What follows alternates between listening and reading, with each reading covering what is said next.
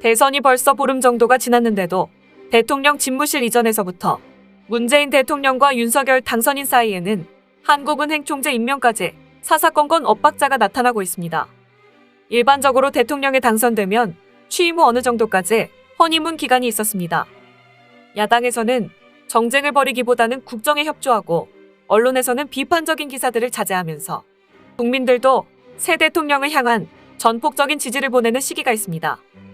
참고로 역대 대통령들의 허니문 기간을 살펴보면 문재인 대통령은 당선 다음 날인 2017년 5월 9일 취임한 직후 무려 74.8%의 지지를 받았고 이후에도 국정 지지율이 꾸준히 상승하면서 취임 초기에는 87%를 기록하기도 했습니다.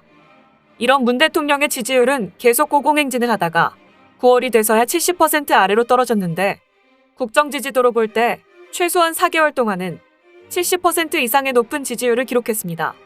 그리고 박근혜는 대략 6개월 동안 허니문 기간을 거쳤다는 평가를 받고 있는데 박근혜는 취임 직후인 2013년 3월 3주차에 국정 지지율이 44%에 불과했지만 꾸준히 지지율이 상승하며 9월 2주차에는 67%를 기록했습니다.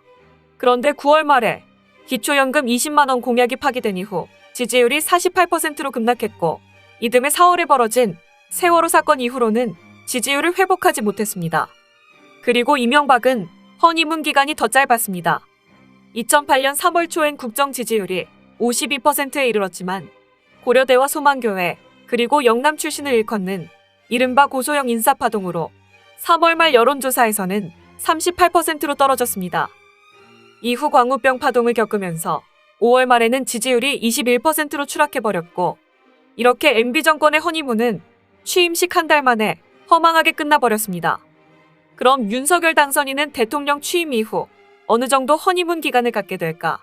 참고로 리얼미터가 미디어 헤럴드 의뢰로 지난 14일부터 18일까지 전국 18세 이상 2,521명에게 조사한 결과 응답자의 49.2%가 윤석열 당선인이 국정 수행을 잘할 것이라고 답했는데 잘할 것이라는 긍정적인 전망이 지난주 조사 결과 52.7%보다 3.5%포인트가 하락했습니다.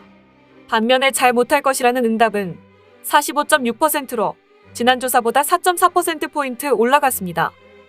그리고 세부적으로 국정 수행 전망 일간 변화를 보면 지난 11일에는 52.7%, 15일은 51.2%, 16일에는 50.3%, 17일에는 49.5%, 18일에는 47.1%로 지속적으로 떨어지는 것을 확인할 수 있는데 게다가 18일 기준으로는 부정평가가 48.5%로 나타나며 긍정평가를 앞질러 버렸습니다. 그러니까 윤석열 당선자의 국정수행 전망이 이렇게 역주행하고 있는 상황이라 윤석열 당선인의 허니문 기간은 아예 없을 것이라는 분석까지 나오고 있습니다. 참고로 자세한 사항은 리얼미터 홈페이지를 참조하시면 됩니다. 한편 보수 논객 조갑재 씨가 윤석열 당선자의 대통령 집무실 용산 이전 계획과 관련해 다시 한번 반대의 목소리를 쏟아냈는데 참고로 조갑재 씨는 지난 25일 유튜브 방송 조갑재TV를 통해 나중에 행정소송으로 들어가면 크게 불리해질지 모른다고 강조하며 법적으로 따져보면 아주 허점이 많다. 인수위에서 결정했다고 하는데 인수위는 이런 일을 결정하지 못하게 돼 있다. 이런 일을 하도록 법에 적혀있지 않다. 나중에 행정소송으로 들어가면 아마 크게 불리해질지 모른다. 그쪽으로 가지 않아야 한다라면서 반대의 목소리를 쏟아냈습니다. 그리고 또 조갑재 씨는 용산 이전을 반대하는 여론이 찬성보다 높은 여론 상황을 지적하며 국민 분열뿐만이 아니라 보수층도 분열시키고 있다. 용산 이전 찬반 여론이 국정 운영 성공 비율 또는 실패 비율과 똑같다. 당선이 되자마자 추진한 용산 이전이 윤석열 정부의 성공 여부를 판단하는 하나의 기준이 되고 있다는 사실은 아주 뼈아픈 것이다. 서울의 반대 여론도 높고 서울 민심이 좋지 않다. 지방선거에 어떻게 반영될지 귀추가 주목된다. 그리고 한반도 상황이 전시 분위기는 아니지만 긴장 상태로 가고 있다. 이런 긴장 상태는 오래가게 돼 있다. 이것이 윤석열 당선인의 취임과 딱 맞물려 있다. 이런 시기에 국가지휘부가 대이동을 해도 되겠는가? 청와대가 국방부로 밀고 들어가고 국방부는 합참으로, 합참은 수방사로 연쇄이동을 해도 되는 건가?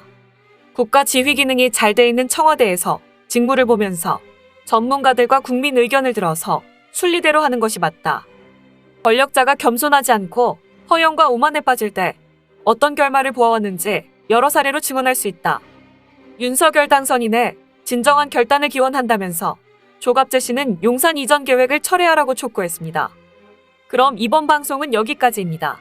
끝까지 들어주셔서 감사합니다.